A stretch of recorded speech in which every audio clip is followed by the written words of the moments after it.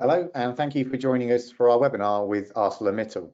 I'm Nick Holt, editor at AMS. Improving the sustainability of products and operations is a big challenge for an automotive industry that's already wrestling with a huge transition to electric vehicles. So in this webinar, we'll find out how emerging press-hardened steels and coatings can positively contribute to reducing vehicle weight and CO2 emissions.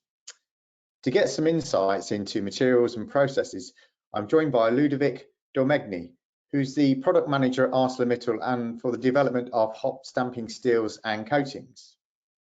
But before we begin, I'd like to invite all of you to send questions to Ludovic to pick up in the Q&A session that will follow the presentation. You can just type these into the lower right-hand side of your screen. And if you're also experiencing any technical issues, please let us know using the same Q&A box, and our team here will try and assist you. So with that, I'll hand right over now to Ludovic to begin the presentation. Thank you. Good afternoon.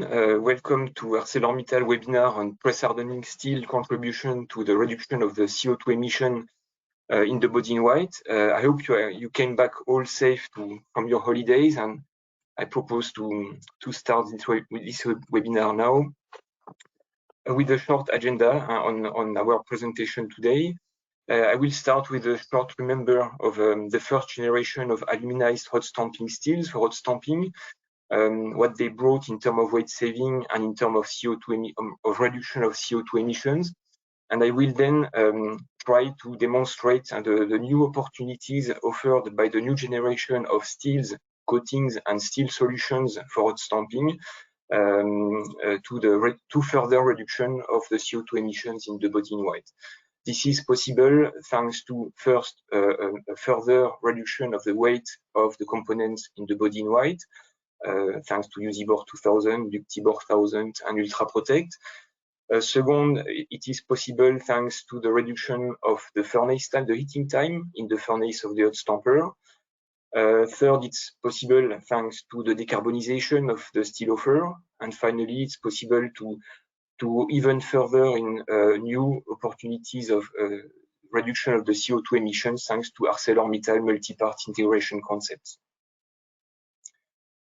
So I start with the first generation of aluminized steel for hot stamping, UZ-Bor 1500, Ductibor 500. And most of you know this product, and they brought in the beginning a breakthrough compromise between weight, costs, and safety. Their success was partly based on the standard advantages of the hot stamping, high strength level on complex geometries with tight geometrical tolerances, low press forces. So this is, let's say, the standard advantages of the hot stamping product. But with the aluminized coating, something which convinced the market was first the possibility to combine them in laser welded blanks with the ArcelorMittal Tailor Blank welding technology. This technology allowed to put the right thickness, the right strength, and the right ductility at the right place. The second important aspect of this first generation of products was an excellent resistance against perforating corrosion, even better than cold stamped or hot stamped zinc coatings, and with a minimum depth of the corrosion in the steel. And third, and last but not least, the aluminized coating allowed to simplify the hot stamping process with the today simplest and most robust hot stamping process composed of one direct hot forming step, no sandblasting, and large process window in the furnace of the hot stamper. So this first generation of aluminized steel for hot stamping allowed to save in average in the beginning around 20% of weight, and it was, let's say, a step forward, a breakthrough step forward, and it is the reason why today, until now, these solutions were in fact best-in-class solutions to reduce CO2 emissions. As it can be, that's something we try to illustrate, and thanks to a life cycle assessment realized on this dash panel cross member. Here we compare a reference cold stamp reference in DP600 1.6 mm thickness with a hot stamped UZ-Bor 1500 concept in 1.2 mm. The two concepts have the same crush performance, but with the UZ-Bor 1500, you save around 400 grams per component. And in optimizing the material utilization rate, you can reduce by 700 grams per component the engaged material, so what we can call the gross rate. This is the reason if you perform this life cycle assessment and evaluate the carbon footprint of the manufacturing of these parts and of the steel production requested to produce these parts, you can see that going to hot stamping will increase of 43 grams of CO2 per component the carbon footprint of your solution, but thanks to a maximum weight saving and an optimized material utilization rate, you reduce by 900 grams of CO2 per component the carbon footprint of the hot stamping solution. In total, you can see that in using this first generation of steel for hot stamping, you reduce the global carbon footprint of your solution by 26%. And what you can see on this graph is that the contribution of the manufacturing process on the total carbon footprint remains negligible. And the biggest contribution is coming from the steel production. And that's explained why today hot stamping solutions are less CO2 intensive than cold stamping solutions, thanks to a maximum weight saving and a maximum material utilization rate. So this is the situation today.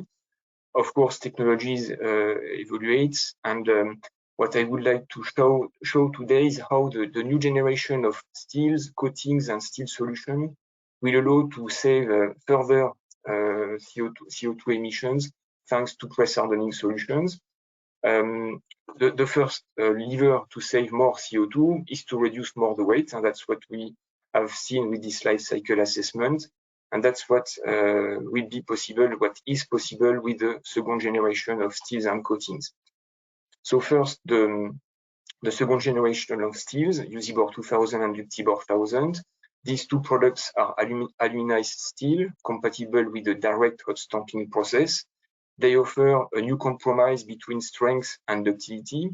The ductility is defined as a local ductility in bending.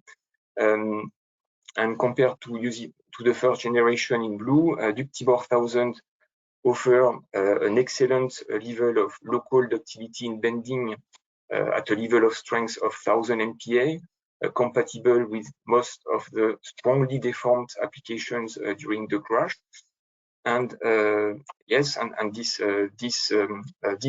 product target should allow to save around 15 to 20% of weight compared to a Ductibor 500 or a DP600, while the UZ-Bor 2000 is supposed to reduce the weight compared to UZ-Bor 1500 by 10%, with a local ductility in bending sufficient for most of the anti-intrusion applications.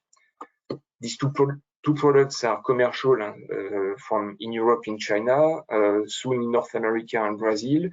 They are already on serial cars since 2019 for the Ductibor 1000 and 2020 for the UZ-Bor 2000.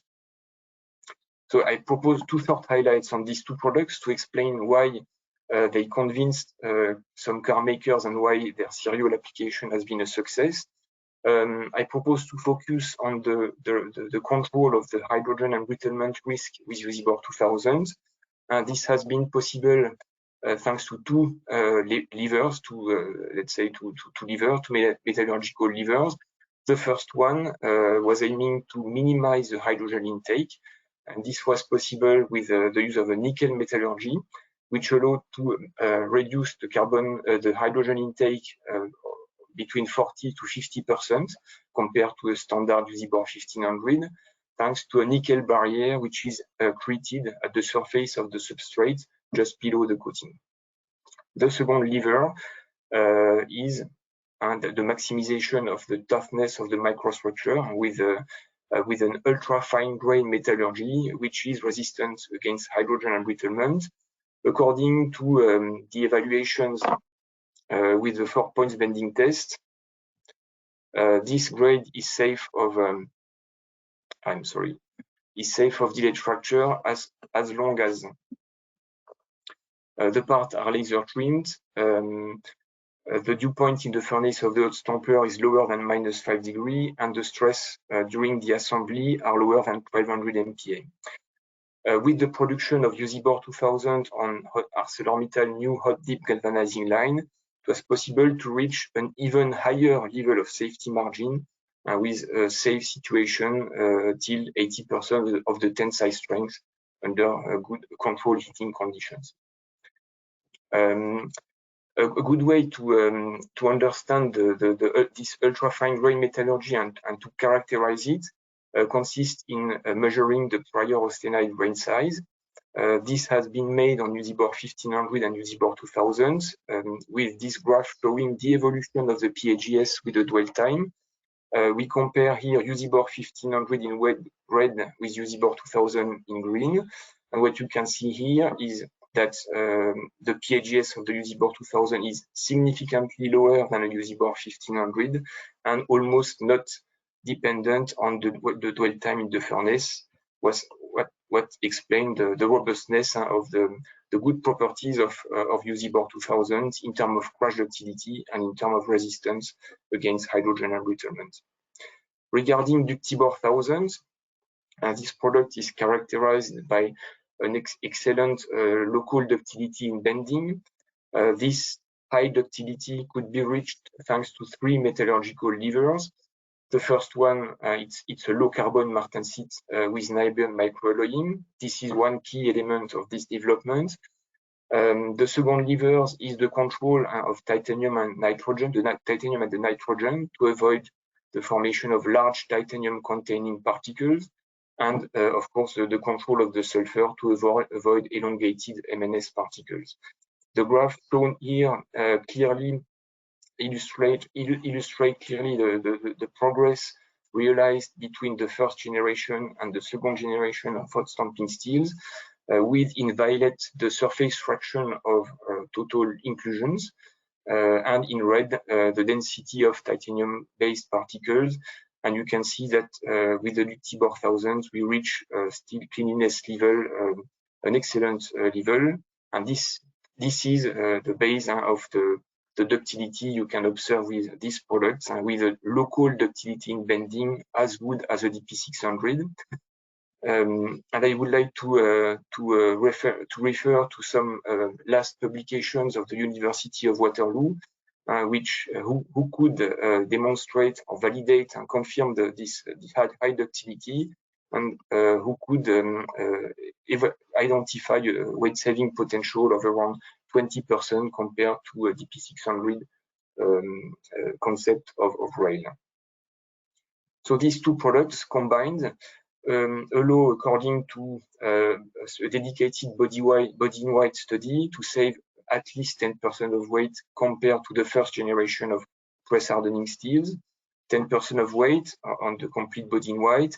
And in a more recent study, we identified a potential of 25% of weight saving on the B-pillar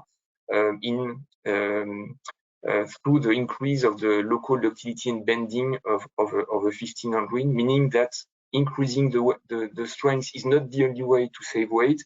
The local ductility and bending plays an important role in the possibility to save weight in the body-in-white, and that's key to progress and reduce more the CO2 emissions of press hardening steels. So we can save weight thanks to the new steels for hot stamping, Usibor 2000, Ductibor 1000. Another way to save more weight with press hardening steels is to use more press hardening steels in areas where you do not have press hardening steels today. One option to do that is to use a new generation of coating for hot stamping Usibor Ultra Protect to multiply the application of hot stamping steels in the underbody and in all humid zones of the vehicle. Usibor Ultra Protect has been developed to increase the protection against red rusting. You can see here the effect of Ultra Protect on coated specimens with a thin e-coat layer, showing a drastic improvement compared to Usibor aluminized for areas with an insufficient e-coating. In terms of perforating corrosion, Ultraprotect remains a best-in-class solution with reduced perforating corrosion in scratched areas. Here, scratches coming through the coating to the substrate. So corrosion depth even lower than zinc-coated steels for hot stamping or for cold stamping. And finally, Ultraprotect allows to improve the adhesive bonding performance in corroded areas with a reduction of red rusting in the joints, a reduction of the loss of strength due to aging, and an improvement of the failure mode with almost 90 to 100% of cohesive failure. So we can save more weight and then reduce more CO2 emissions thanks to the second generation of steels and thanks to Ultraprotect with new opportunities in the underbody. Another way to save more CO2 emissions with press-hardened steels consists in improving the efficiency of the hot stamping process. Here with ThermoBoost, we propose to accelerate the heating in the furnace to reduce the time in the furnace, the heating time. ThermoBoost is an aluminized Usibor with a black paint at the surface of the coating, which burns during the heating and which allows to increase drastically the heating in the furnace. You can see here some examples of heating curves showing the effect of the ThermoBoost, though compared to the Usibor aluminized in yellow. In green, you have the one-side ThermoBoost, and in blue, the two-side ThermoBoost. And in what we can say regarding the impact on the dwell time, we can with ThermoBoost reduce the dwell time in the furnace between 35 to 45%, depending on the product you consider and depending on the steel thickness. Reducing the time in the furnace can be translated in a reduction of CO2 emissions in the hot stamper process. This can be illustrated with this life cycle assessment realized at ArcelorMittal Research Sustainability Team. In this study, we compared the process, the production of Usibor aluminized parts with the production of ThermoBoost parts in the same furnace, an electric furnace, but with the productivity increased by 1.5 times with ThermoBoost. And it was possible to identify a reduction of the carbon footprint of the hot stamping process of 30%. This study allowed first to validate that the paint combustion has a negligible effect on the total CO2 emissions of the process, and it was possible to translate the gain in terms of CO2 emissions possible with the use of ThermoBoost. So we can save CO2, reduce CO2 emissions in increasing the weight saving, in reducing the weight, in reducing the time in the furnace with the hot stamper process. The third lever consists in decarbonizing the steel production. As explained in the first life cycle assessment, the biggest contribution to the total carbon footprint of the component production is linked to the steel production. And with the decarbonization of the Usibor 1500, we open new opportunities to reduce more the CO2 emissions of press hardening steels.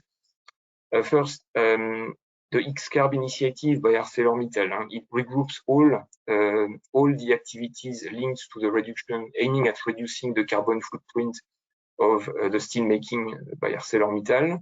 One of these activities, called X-Carb recycled and renewably produced steel grades, consists in producing ArcelorMittal steel portfolio on electrical arc furnace routes in using a maximum of scrap and 100% of renewable energy. So this Usibor 1500 with X-Carb recycled and renewably produced substrate could be developed in 2022 with almost 70% of reduction of CO2 emissions. This development is still continuing until the end of the year, and we expect being commercial at the end of 2022. this product, industrial material, could be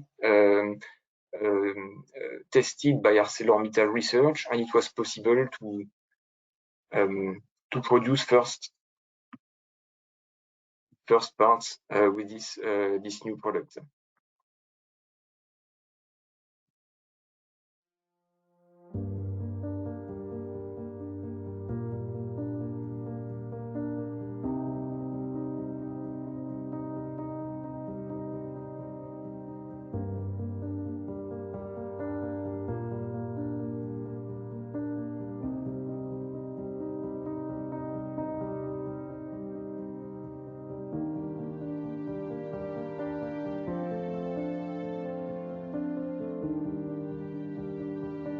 Laser ready blanks in UZ-Bor 1500 plus the Tibor 1000 could be produced in Montataire and processed in using the standard heating process of the UZ-Bor 1500 and pressed with under the standard conditions. This B-pillar is produced on a door ring tool of ArcelorMittal Research and could be produced exactly like a standard UZ-Bor 1500 part.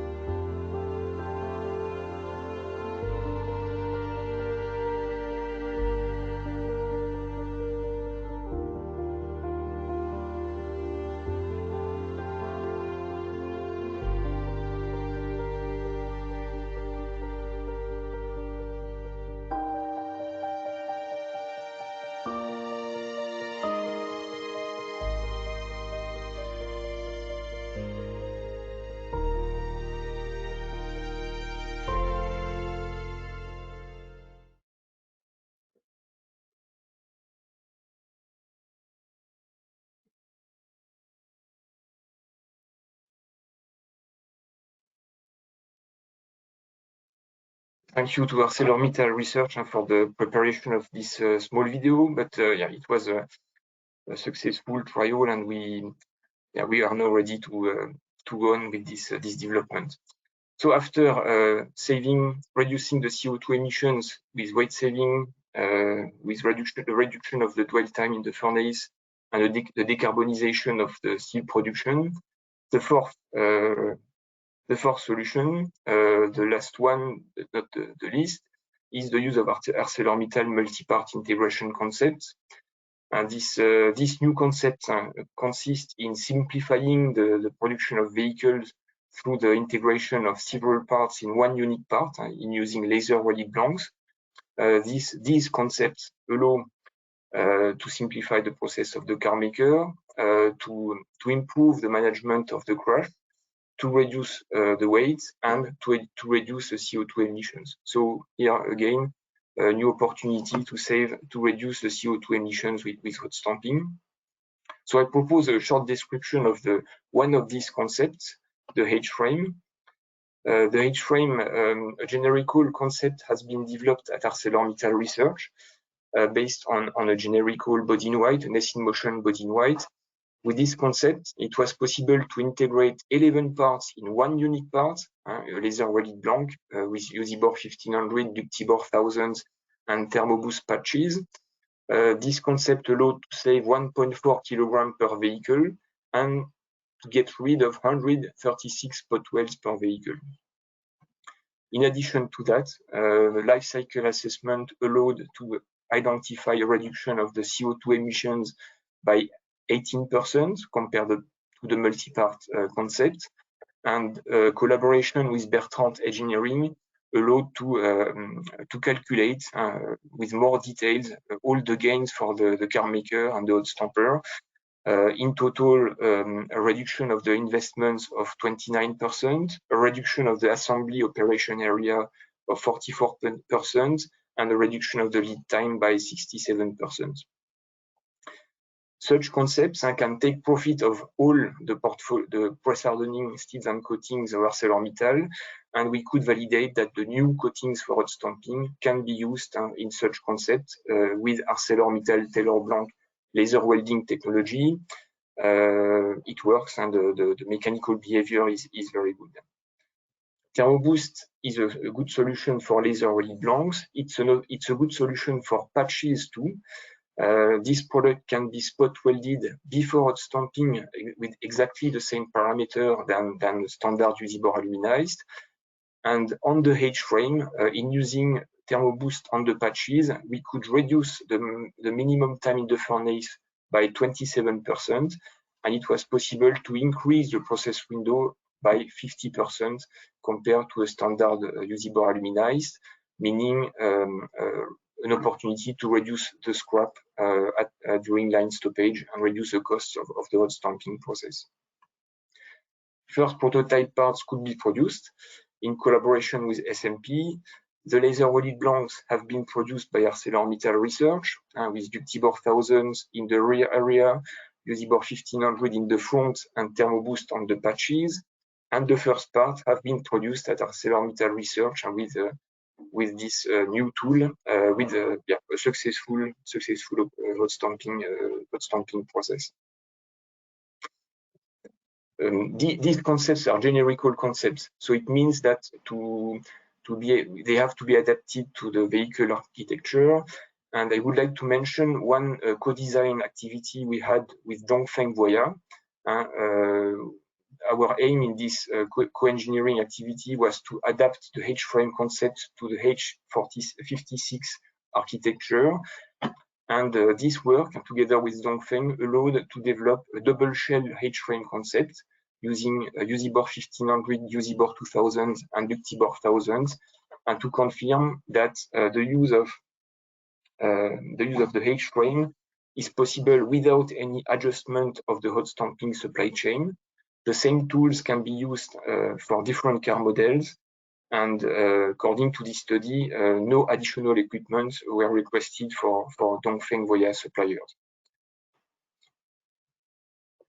So this is the second video, just to share with you Dongfeng Voya experience and positive collaboration. So let you take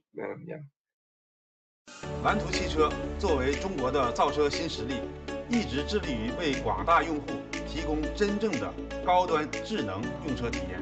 新能源时代的用车体验的升级离不开科技的进步。自蓝图普锐发布以来，我们先后在全球首发了2000兆帕硅底涂层车门防撞梁、A 柱加 Patch 一体式热成型技术，并在2021年发布的电动豪华 MPV 梦想家上采用了全球首创的2000兆帕一体式热成型门环。2022年，我们再次携手安塞勒米塔尔，开发出一体式热成型的后车身，进一步提升了蓝图汽车的整车安全性能。多零件集成方案是安塞勒米塔尔推出的车身设计的全新理念，应用激光拼焊技术和热成型钢制造出一体化的零件。同蓝图汽车联合预研的一体式后车体骨架是多零件集成方案的典型案例。通过将多个零件整合成单一零件，它大大地简化了汽车的生产流程，提高了汽车的碰撞安全性能，并且降低碳排放，助力碳中和。使用一体式后车体骨架，无需对现有的热成型供应链做任何调整，供应链上各个环节的供应商都无需增加任何新的设备投入。由于一体式后车体骨架的普遍适配性，可以实现不同轴距的车型采用同一套成型工作。With the rapid development of the automotive industry, the company will continue to create more value for customers through R&D investment. This is also our mission at ArcelorMittal.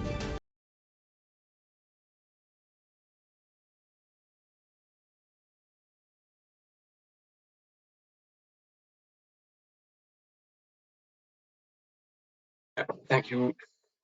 So I hope you enjoyed this video. So this is let's say the result of the collaboration with Dongfeng Voya on the co-design of a H-frame for the H56. Maybe you could see in this video that Dongfeng Voya is a user of UZ-Bor 2000 today on different applications, and that's a good example of a car maker using the new generation of steels and concept for hot stamping, leading to reduce CO2 emissions.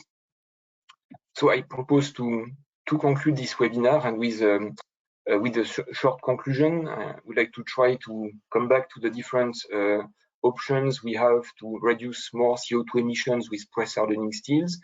Our starting point was the first generation of aluminized steel for hot stamping. At that time, it was, even if it was not clear, it was, let's say, already the best solution to reduce the CO2 emissions in the body in white, thanks to maximum weight savings and maximum material utilization rates. And now, with the new generation of steels and coatings for hot stamping, we have new opportunities to go even further in the reduction of the CO2 emissions.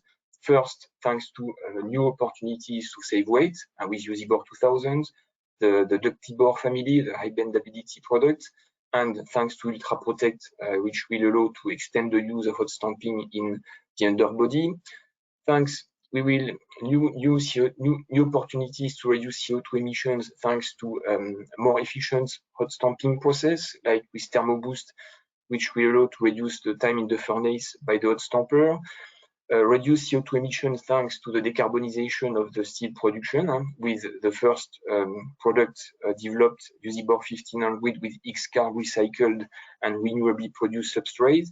And finally, thanks to Arcelor multi-part integration concepts, which are clearly solutions which will allow to simplify this process and lead to even higher reduction of the CO2 emissions.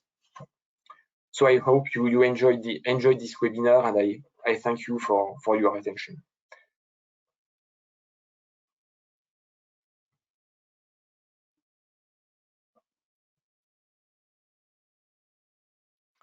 Thanks, Ludovic. Great presentation. We've got some more questions for you. Just before we start our Q&A session, I'd just like to mention a quick mention for our upcoming AMS live stream on September the 8th. We will be discussing how startups are changing car production and established OEMs are reinventing themselves. It's an interesting topic. We have a great expert panel, which will include Joel Vallon, who is co-founder and chief manufacturing officer at the startup EV truck maker Volta, and Jesse Piegel, who's the automotive steel solution director at ArcelorMittal. So some interesting opinions and insights there. So please join us for that.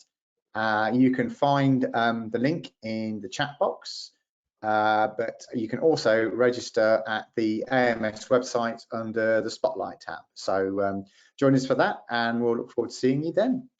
So Ludovic, we'll get started on the Q&A session. Interesting, very interesting presentation there. And we have a few questions from the audience. Let me have a quick look. A couple of questions here. One that I'm not sure if you're able to answer this one, because it might be proprietary. So the question is, the Ultraprotect coating, what does that essentially consist of? Are you able to discuss that? Yes, Ultraprotect is an evolution of the aluminized coating. It's produced with the same process, with a new chemical composition of the bath. And we use, in addition to the aluminum and the silicon, some zinc and magnesium, which formed during the austenitization a double oxide layer at the surface of the aluminized coating, which explains the good phosphatability and the good resistance against red rusting. But the matrix of the coating is very similar, is like an aluminized coating. Mm-hmm. Yeah. And you mentioned that the two ThermoBoost and Ultraprotect coatings, are they all kind of already industrialized now? ThermoBoost is commercial from one line, and we are going to copy engine, to transfer let's say to develop the production of ThermoBoost on a second line. Ultraprotect is not yet fully industrial, not yet. Okay. And a question here from the audience: do we need special rolls in the furnace or special rollers in the furnace for the ThermoBoost material? Not that. I don't think so. You know, the Thermoboost is an aluminized coated steel, and once the black paint has burned, you have the same surface than a standard aluminized UZ-bore. Until now, yes, we had some first experience on tunnel furnaces under industrial conditions, and we did not see anything special which would request any special material. So I would say no, but maybe. But it's clear the impact of this coating on the behavior on rolls has to be investigated, but I don't see any reason to change them.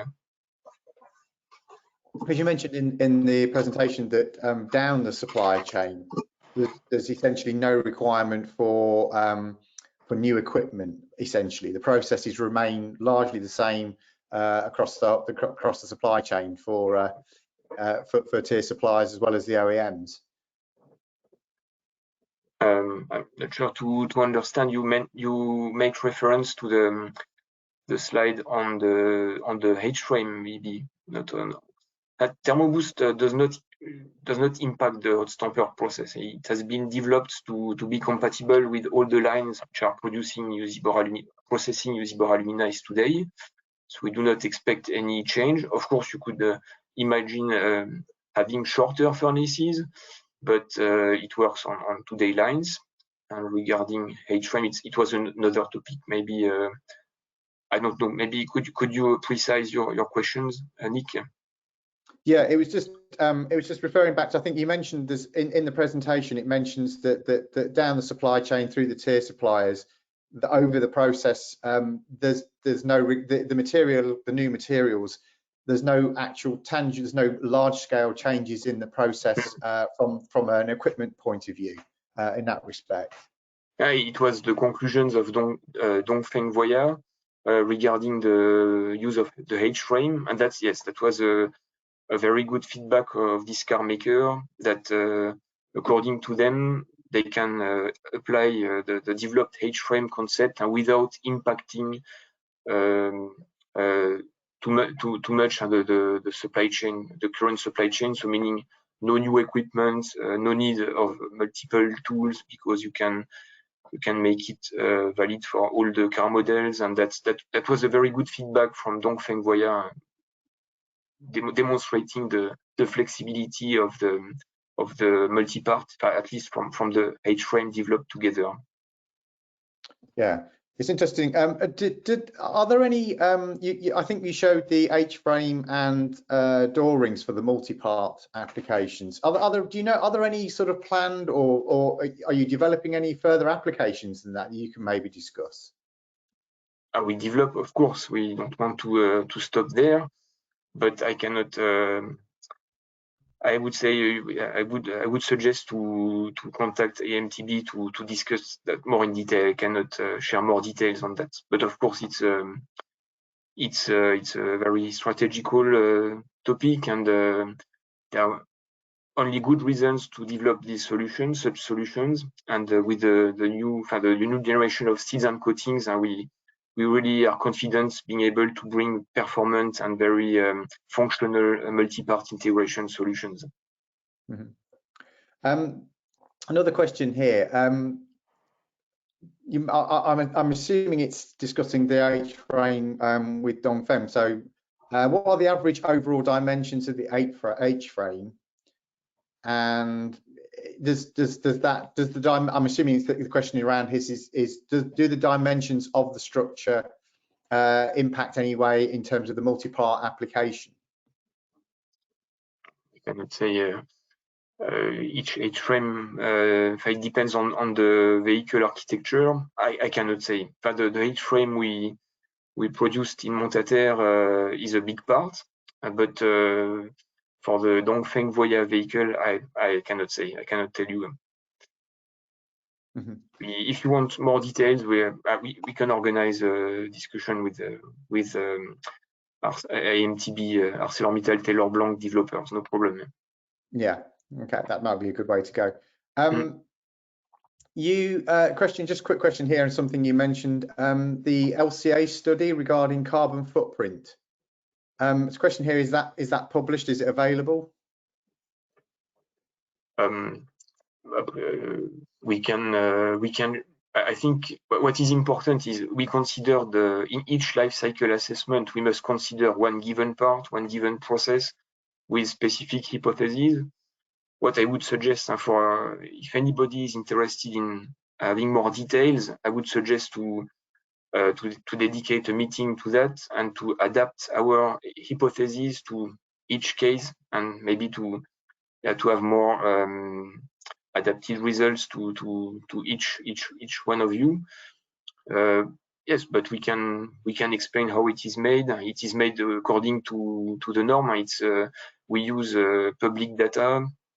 We use a public standard model to do that. So there is nothing to hide. But the best would be to have a dedicated discussion and to discuss together the hypotheses and to adapt the hypotheses of the calculation in order to have adapted results to each case. So this is generical. Yeah, we have to select hypotheses when we do such simulation, but it shows good trends, and I think the conclusions are, yeah, let's say, realistic. Okay. I mean, I think you mentioned the anti-corrosion properties around the coatings, but quick question here: does Usibor Ultra prevent corrosion in like a salty atmosphere? So maybe there's a maritime application here being discussed. I'm not quite sure, but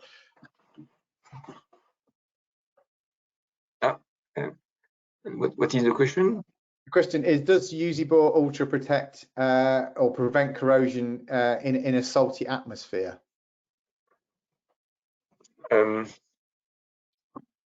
I don't know if the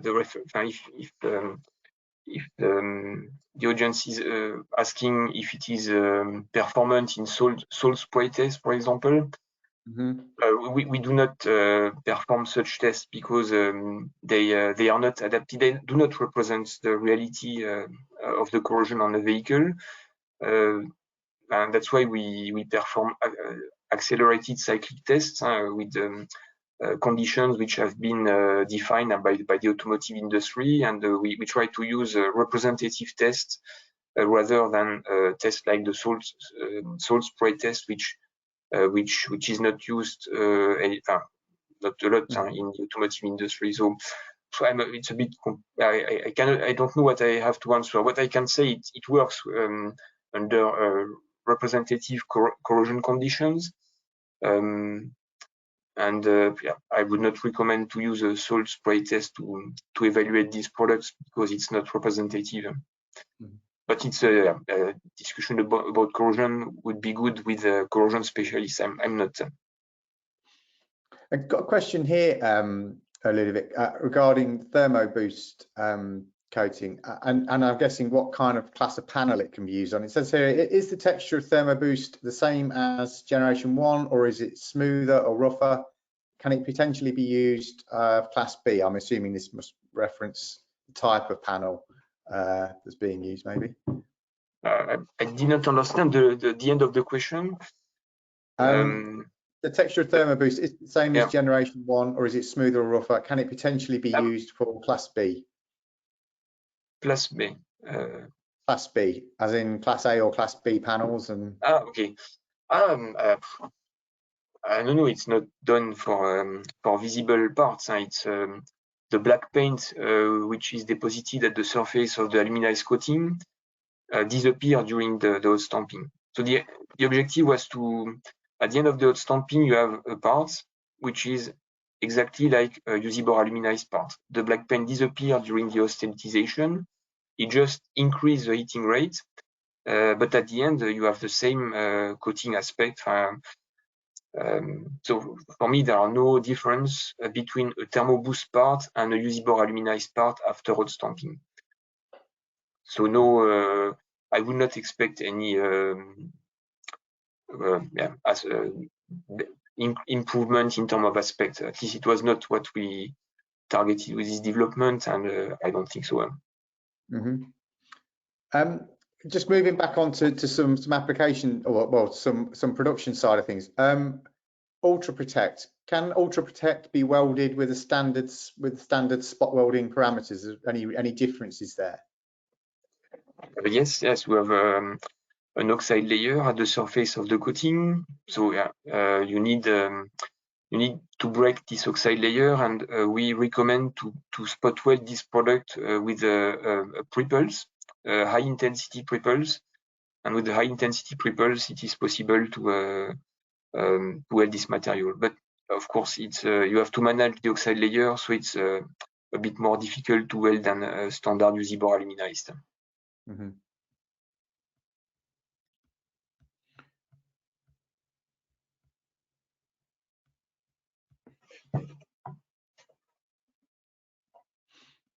And just going back to the project that you did with Dongfeng, are you able to discuss that a little bit further in terms of how that project progressed and how they found the utilization of the materials? What I shared today is public, so that's what our partner agreed to share. I cannot share more details on the following step of this project. Okay. Of course. But you have ongoing projects with other OEMs at the moment. Would that be fair to say? I cannot say with whom, but of course, the multi-part integration concept is a very attractive solution. I think, it's a trend. Integrate parts, it's clearly a trend since some years. And yes, of course, there is interest. But as said, these solutions must be adapted, of course, to the vehicle architecture, and a discussion, an exchange, co-engineering would be recommended to be able to evaluate these solutions with each partner. But yes, of course, lots of discussions, and that's lots of promotion, lots of interest for part integration. That's clear. Mm-hmm. And you mentioned at the end of the presentation some sort of future development of the material. Could you just give us a few highlights around that? So where you think the further application and the development of this process in terms of we mentioned there CO2 reduction, weight reduction. Could you just discuss a little bit more around where you might think that might go, where the potential of it is? Well, I did not understand, Nick, what you mean. A new? Do you think a new product, or? Yeah, you're discussing a bit about it at the end about sort of future potential areas for it. In the conclusion, I just went through the different products highlighted in this presentation. So that's not only future products, that's products which are available now. I cannot say anything special on let's say the next after the next generation of seals and coatings. The only point I could highlight from this presentation is that the possibility to save a lot of weight thanks to an increased local ductility in bending. This shows that the ductibore strategy seems to be a good strategy to save weight in developing high bendability product rather than ultra high strength steels. But that's I cannot say more today. Well, I think with that, that's pretty much all our questions, Ludovic. So we'll bring this to a close. We will pass on all the questions to Ludovic and the team at ArcelorMittal, so they maybe respond to you in a little more detail. I think there's some questions around presentations and whether they're available and things like that. So we'll pass all those on to the team. Thanks, Ludovic, for sharing your insights. Really informative presentation, and really interesting to see new developments in materials and processes moving forward, and some interesting insights there into that application with Dongfeng. For our attendees, as always, the webinar will be uploaded to the AMS website, and accessible in the future. So if you'd like to listen back to it or watch it again, and similarly for any colleagues that weren't able to attend, you can attach it there. And that is with all our previous webinars under the Voice of the Industry tab on the AMS website. So just again, a quick reminder of the live stream that we have on the 8th of September. So join us for that. Again, with some experts from ArcelorMittal there. And just to say thanks very much for taking part with us today, and we'll hope you'll join us again for our next webinar. Thanks very much and goodbye.